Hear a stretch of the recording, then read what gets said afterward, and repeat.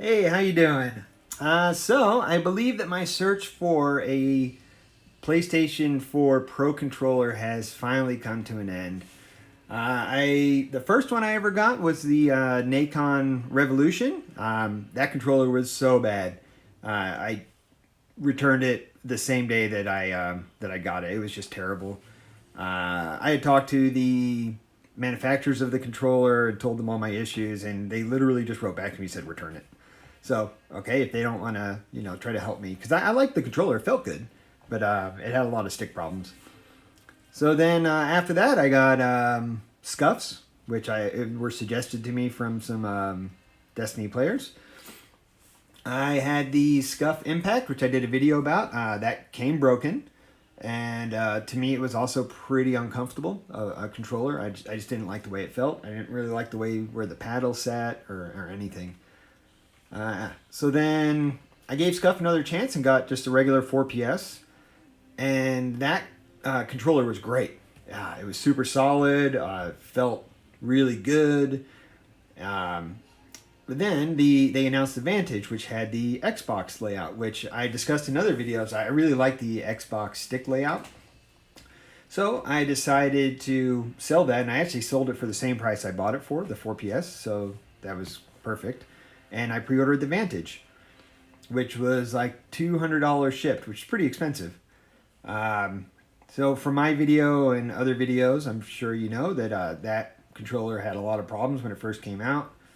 I gave Scufs some time to fix it, which they did. They brought out an update, and my controller actually felt good after the update. And then a couple months later, and I really wasn't even using it because I was pretty busy with school and whatnot. It ended up getting stick drift one day. I tried everything to fix it, resetting, going to my PlayStation, figuring maybe it was that. And nothing would fix it, so I talked to Scuff.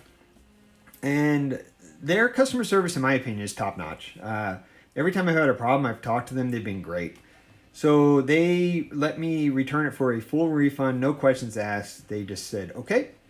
I returned it, got my full refund, and, then I was kind of done with it. So my sister works for Microsoft, and I had the idea. I said, hey, can you get me a Xbox One Elite controller? So in the past, I had had a Cronus Max where I used just a regular Xbox One controller, and I loved it. It was pretty good. But I wanted to have the paddles and whatnot because, I wanted a pro-style controller. And I really like the way that the sticks change out. So I was visiting her in Australia last month, and she gave me this Xbox One Elite. This is the newest one. This is the white. So I got this, and I ordered a Brook adapter. So the reason I didn't really like the Cronus is it's very finicky. You have to have it plugged in. You have to have the PlayStation controller, an official PlayStation controller, plugged into a 4-port hub. Then the other controller has to be plugged into the hub in specific ports. You have to take out the adapter each time and turn on the PlayStation, then put it in. Then you have to turn on the controllers in the right order for it to work. It was just really finicky and pretty annoying to do. So I liked that it had plenty of different profiles you could set up for games. That's pretty cool. But this one also has profiles, so you can set up 2 different profiles with full mapping. So with the Brook adapter, this one, and if you're going to get this, you want the pink one. It's literally just plug and play. So when you first get it, they tell you make sure you update it. So I updated it on the computer, which took a minute. And then literally just plug it in the PlayStation, and it works every time. Haven't had a single issue with it. I've been playing a lot of Sekiro, Shadows Die Twice, which is a real fast-paced, Twitch-based game. So everything needs to be right on without lag. And so far, it has been perfect. It's felt great. I actually, one of my buddies, he went the same route where he got an Xbox One Elite and the Brook adapter. And he was telling me the other day that he switched back to his PlayStation 4 controller, and he said it just felt like a little toy. It didn't feel good. Where this controller just feels so solid. It's got a little bit of weight to it, so I know not everybody likes that. Personally, I don't have the batteries in it because it was, pretty heavy with the batteries. Yeah, but let me run down this controller if maybe you don't know what it is. So, Xbox released their own Elite controller, which I wish PlayStation would do, and is just totally top-notch. So, here's the controller. The sticks are all interchangeable. They're just magnetic. You get a choice of this low concave. Concave, sorry. Then you get this one. The convex. Then you get a even taller concave one right there. So this one is, that's pretty tall. I don't use that one. It feels a little bit too tall. I like this one right here. The D-pad can be swapped out if you're into, I believe, fighting games. You use this one so you can run through all the corners real easy.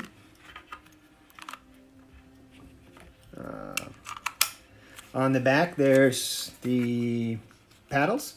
So these ones actually normally go down below, and then these ones go up top. So you have the 4 paddles.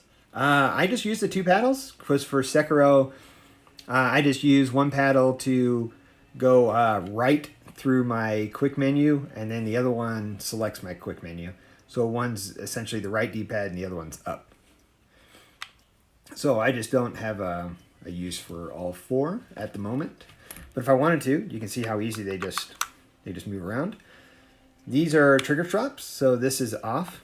You can see the trigger throw. When you turn it on, it's pretty small. All the other buttons are super clicky. Over here. So this button right here is profiles. In the app, you set up your profiles. You can map the buttons to whatever you want. All the buttons are mappable. So you can have profile 1, profile 2 for different games. So that's awesome. And it just feels like a super solid controller. What else? Oh yeah, so obviously there's no touchpad. This acts like the PlayStation button on your normal controller. It will not turn the PlayStation on. To me, that doesn't matter. So if you want to do the touchpad, this is the touchpad button, and then I believe it's the maybe right stick if you want to do the left side of the touchpad, right side, or just straight touchpad. But pretty much no games have touchpad support, so really that doesn't matter. This is your normal options key, and if you want to do share, you just hit them both at the same time. And it goes into the share menu. So yeah, that's the controller, and in my opinion, this is it. This is the controller so far. It feels absolutely amazing. It even comes with a case, where the Scufs Vantage, if you wanted a case, you had to pay the extra $40 or something to get the wireless version, which didn't even really work, to get a case. So where this one, I believe retail price on this one is $150. You can find them on sale for around $130-ish. I think is around the lowest that I saw. This Brook adapter is $40 on Amazon, and it's literally just plug and play. So this is the adapter I would get if anybody's interested.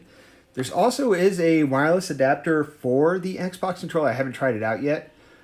Some people said that the plug is it's super easy to break. If you don't line it up 100% perfect. But for me, I don't mind the wire. It comes with this really nice long braided wire, so I have no problem with playing wireless at all. So yeah, this is my review. If anybody wants to go this route, which if you're looking for an Elite controller, I highly suggest it.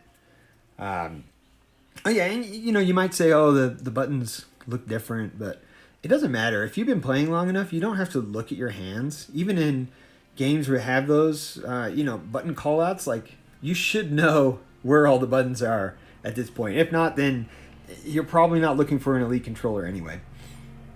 So, all right, I'm going to leave in the description, I'll leave links to the Amazon pages to buy the Brook adapter. I'm not one bit affiliated whatsoever, so it's just to help you guys out. So thank you for watching this video, and if you have any questions, go ahead and leave them down below, and I'll try to get to them all. All right, thanks. Bye.